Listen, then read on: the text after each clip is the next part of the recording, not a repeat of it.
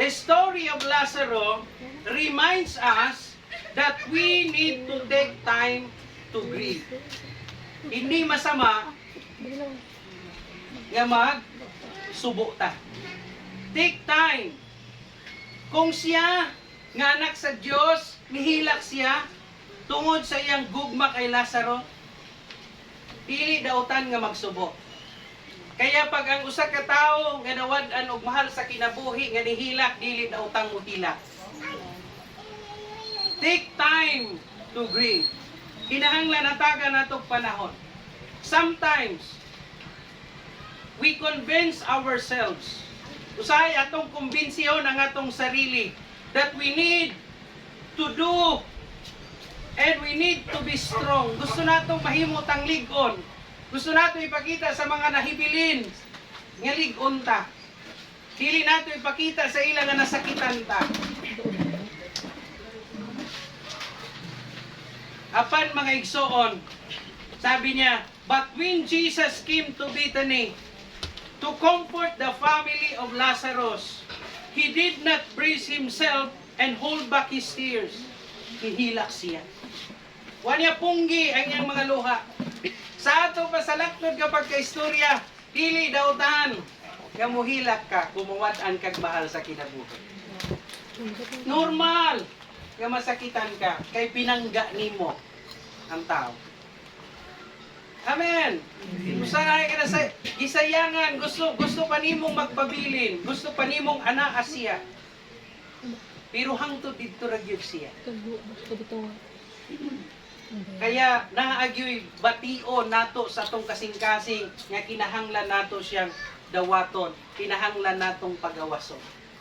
Amen pa mga kapatid? Amen. Praise God. So, when we love someone very dearly or very deeply, as Jesus loved Lazarus, it is natural to cry. Natural ra gyud kaayo nga muhilak. Dili gyud ingon nga kanang usahay naay mga hilak bitaw nga murag ato ang gihimo-himo ra para muhilak ta. Pero naa gyud kanang pag nahigugma gyud ka sa tao, natural nga muhilak. It is part of God's plan that we go through a grieving process when we experience loss. Pag naay mawala, talagang gusto ni Lord maagian nimo to. The Bible says, there is time to weep, a time to laugh, and a time to mourn, and a time to dance. Hello? Ecclesiastes 3:4. Naagi panahon ang tanan. Naay panahon nga magsubo, naay panahon nga maghilak, naay panahon nga magkatawa, naay panahon nga musayaw. Holding back tears, kini bitong pagpugong sa atong mga luha, does not mean that we are strong. Ang tinuod, we are weak. Praise the name of God. Dili ka makaingon ng taong nihilak, buyang siya. Kaya lang ang tao di mo hilak, hadlok siyang dawaton ang realidad nga hinahitabo. Amen po mga kapatid. Diyan ba kayo? Some people never allow themselves. Sabihin mo ba kayo, basig isa ta sa mga taong sama ni ini. Some people never allow themselves to grieve properly. Tayo din magsasuffer doon the end of the day. Many people did not allow themselves to grieve properly and it only hurts them in a long run. Dugay mawala ang sakit kay wala ka na-grieve properly.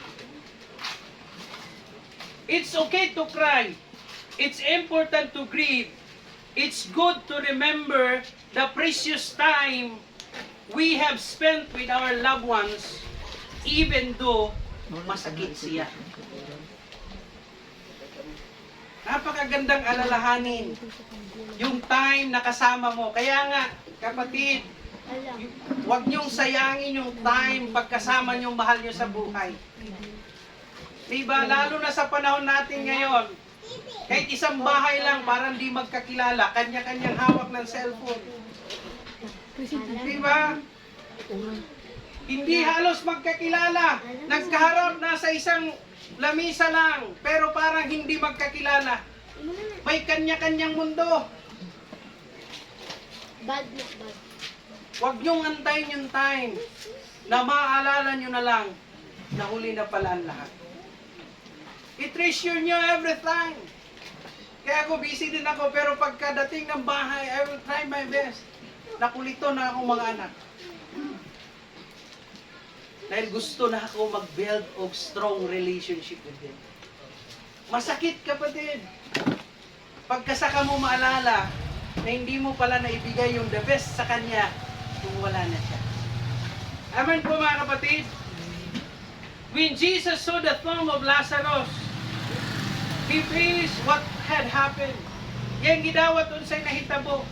He likely reflected on the memories he shared with Lazarus. When they reclined at the dinner table, kanunay na sila magkita, magluto ni isa'y mahilig magluto. Si Marta, si Maria mo'y maminaw sa iya. Si Marta mo'y tao sa kusina. Mabito magreklamo ni si Marta nga, suguagod na si Maria nga tabangan ko diri. Diba? Wala na ilang hiwo, di mo pungko, di maminaw ni mo. Kanunay silang ga-enjoy nga mukaon sa niluto ni Marta. Tama? Maunang makahilak siya nga naman. Dili lang ni basta-basta nga tao siyang kinabuhi, kundi na sinati niya nga makauban ning tawhana, hindi nga mga tao, bisan sa pagpangaon.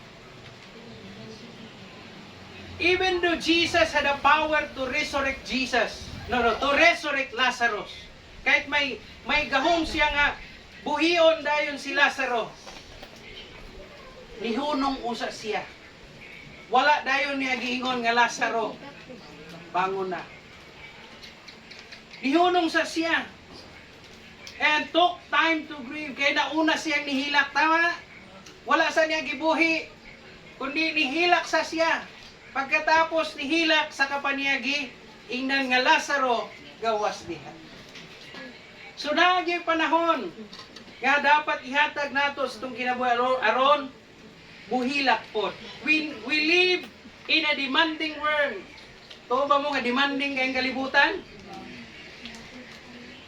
Nga wala pa gani mahuman imong gibuhat, gusto na po kag itulak dito sa pikas para naay na po laing buhaton.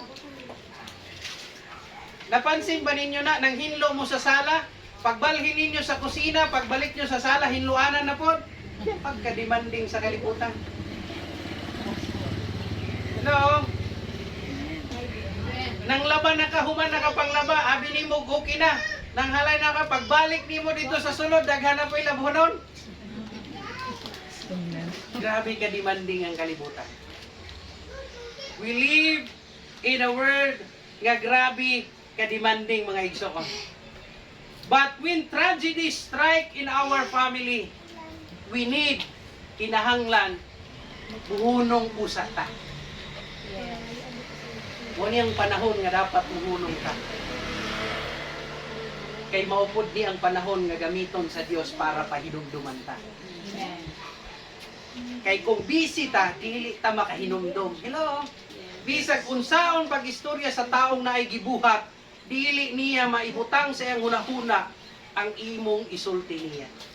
Pero sa panahong sama ni ini, ang pultahan sa tong kasing-kasing abli kaayo nga mudawat sa pulong sa Ginoo. Amen. Praise the name of God. Ang ikaduhang punto igsoon. The story of Lazarus reminds us that Jesus understands our grief. Nakasabot siya sa imong gibati karon. Tingali ang mga extended family dili kaayo mga bisita, pero ang kanang direct nga family talagang ug katong mga close friend, mga sukod nga higala ni nanay, labi na si sir, si ma'am, di ba? Mubati gyud, nakasabot ang Dios sa atong gibati. In the dark times, we sometimes feel like to question God. Lord, asa na ka? Di ba? Mao niyang panahon ko sa'y mangutana ta, Lord, imo na maming gibiyaan? sometimes we keep on asking, Lord, nganong nahitabo ni? We keep on asking na unsa maning imong gibuhat sa among kinabuhi. Hello? Muna yung time na kanunay tanggapangutana sa Dios. Lord, nganong nahitabo man? Lord, nganong siya man? Lord, nganong karon man? Nganong, Lord, nganong wa man mo paabsaan ng panahon? Nganong karon man?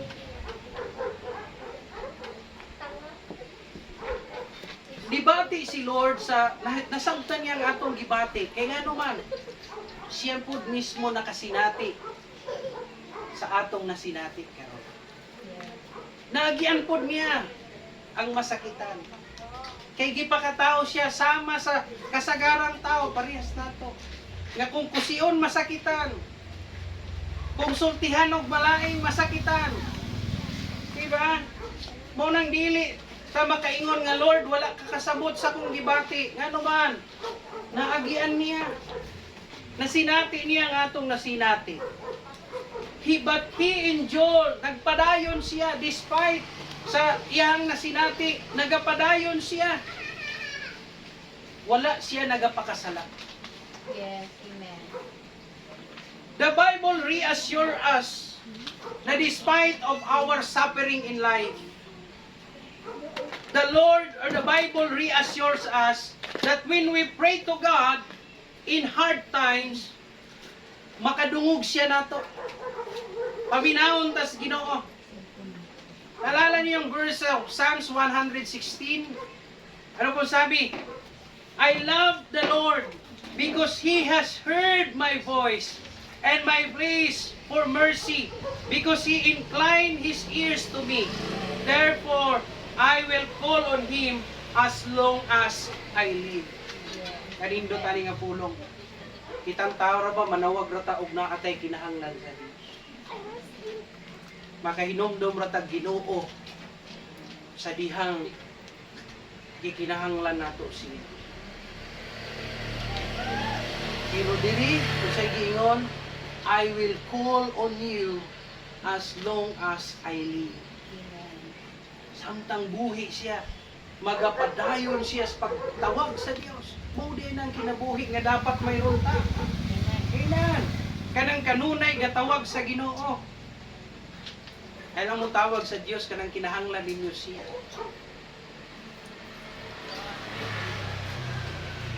Kagang tao karon nga makailalang sa Ginoo kung kinahanglanon nila. Pero pag dili kinahanglanon, kalimutan ra pud nila. Praise the name of God. Diyan ba kayo? Yes. Point number 3.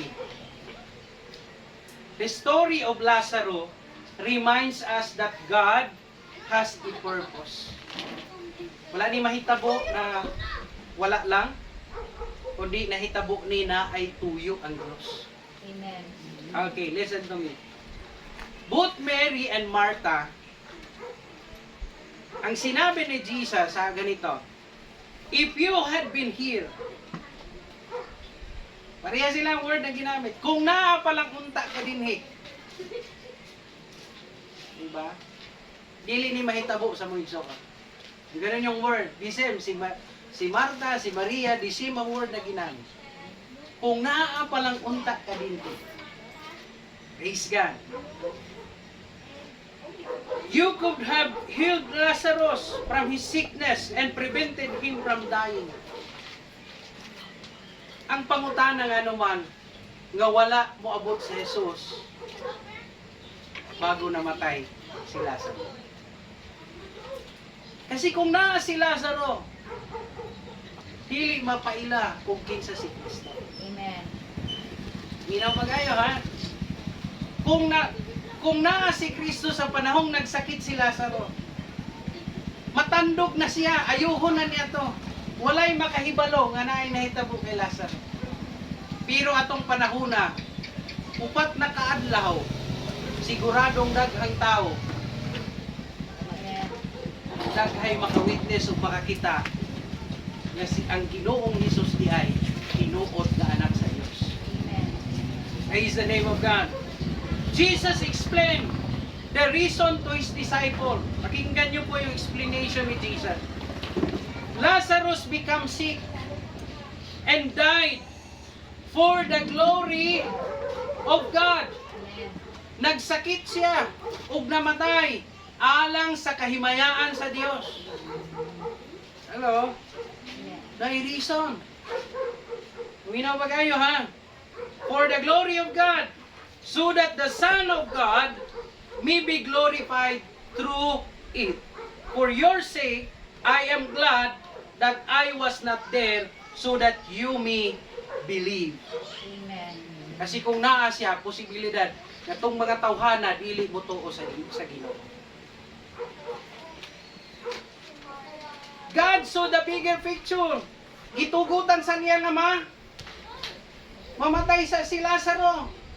Wala sa dayon siya niabot dito. Kay nakita niya ang bigger picture. Kay kung muadto siya, nga buhi pa si Lazaro sa mahitabo, ang mutuo si Maria ug si Marta ra gihapon. Kay sila raman ang kuyog sa balay. Tama ba Maison? Walay laing mutuo. Kay ang kuyog ra dito mangaon sila, si Jesus, of course ang iyang mga tinunan, tama? Si Jesus, si Marta, si Maria, o si Lazaro. Silang apat katubang sa lamisa. So kung niadto siya nga buhi pa si Lazaro, walay laing mutuo sila ra gihapon. Kaya gihulat, nakita niya ang bigger picture. Malamang dako nga pamilya ang pamilya ni Lazaro. Hello? Kaya nakita sa Ginoo ang bigger picture aron ang tibuok pamilya makadungog ug maka-witness nga si Ginoong Hesus anak sa Dios. Amen. Napansin ba ninyo nga matapok ta usahay pagkaing-ani ra? Hello? Sayang pamilya na napay mga gahi kay portfolio no, uli na dito kaya imo kamahan. Buhay pa man siguro, di ba? Siguro yan taon to, agad ginhawa pa pa. Sige lang, busy kay ko diri, dagang kong trabaho. Pero nawa ng ginikanan, di ba magkisik-kisik pa uli. Maupay kusog muhila. Pero itong buhay pag uli dito. Suruya, busy ko, busy. Kapansin niya Igsoon? God saw the bigger picture. Kasi pag muabot siya nga buhi pa si Lazaro, walay lain nga maka-witness, gagamhanan siya na Diyos. Amen. Praise the name of God. Tuloy tayo. When we experience tragedy, we often ask, Lord, why? Pag nasin natin ang tagkalisod, tama? Kaya pagpitik na gani ang Ginoo sa rin pagutana, Ginoo ngano? Nganong siya man? Nganong ako man? Nganong dili man sa ila? Dagang kay question. Romans 8:20, anong sabi? Dunay promesa. We know that all things work together for good of those who love God. Amen. Liwanag ba yun? Amen. All things work together for good of those who love God. Hindi po ito para sa lahat ng tao. Para lang po ito sa mga umiibig sa Diyos. Amen. Ang tanang panghitabo para sa kaayuhan sa tanan nga nahigugma sa Ginoo. Sila nga gitawag alang sa kabubuton sa Dios. If you love God, kung nahigugma ka sa Ginoo, you can be confident that He will take the worst possible circumstances and use them to accomplish something good in your life. Amen. If you do not, ganun, kailangan ko ni sulti. If you do not love God, dili paulahi ang tanan. You still have time. Diba? Praise the name of God. In the case of Lazarus, God's purpose was to show that Jesus is the Son of God so people would believe and be saved from their sin. Yun ang purpose niya. Aron at mga tao mutuo o maluwas sa ilang mga sala. Tingali magapasalamat mo sa Diyos. Salamat Bisan to gibiyaan ni nanay. Pero salamat nga pinaagi siyang kamatayon nakabaton mi pagtuos nila. Amen. Pagkanindot nga testimony, nga di mo malimtan. Salamat kay nanay na pinaagi niya na ilhan nako si Kristos kung kinabuhi. Praise God. And let's go to the point number 4, the last point.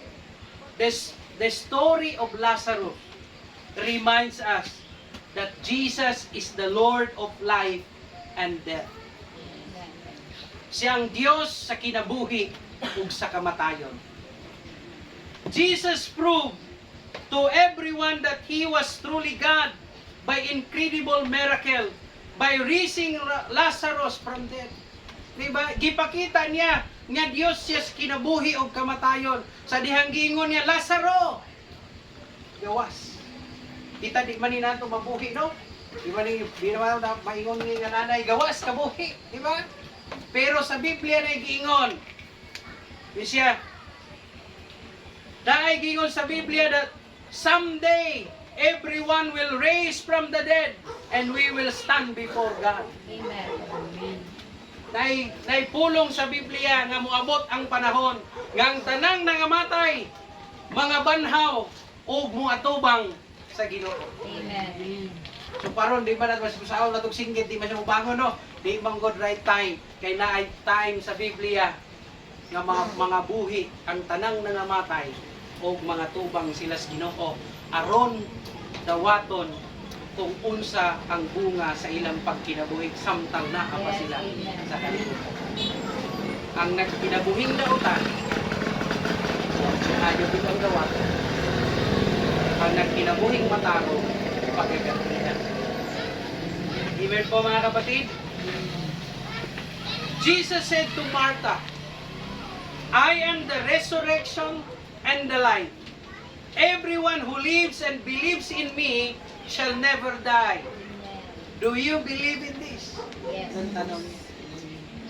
Naniniwala ka ba na si Jesus ang resurrection, siya ang buhay? Na wala tayo ibang pupuntahan. Ano yung pangako niya? I am the way, the truth, and the life.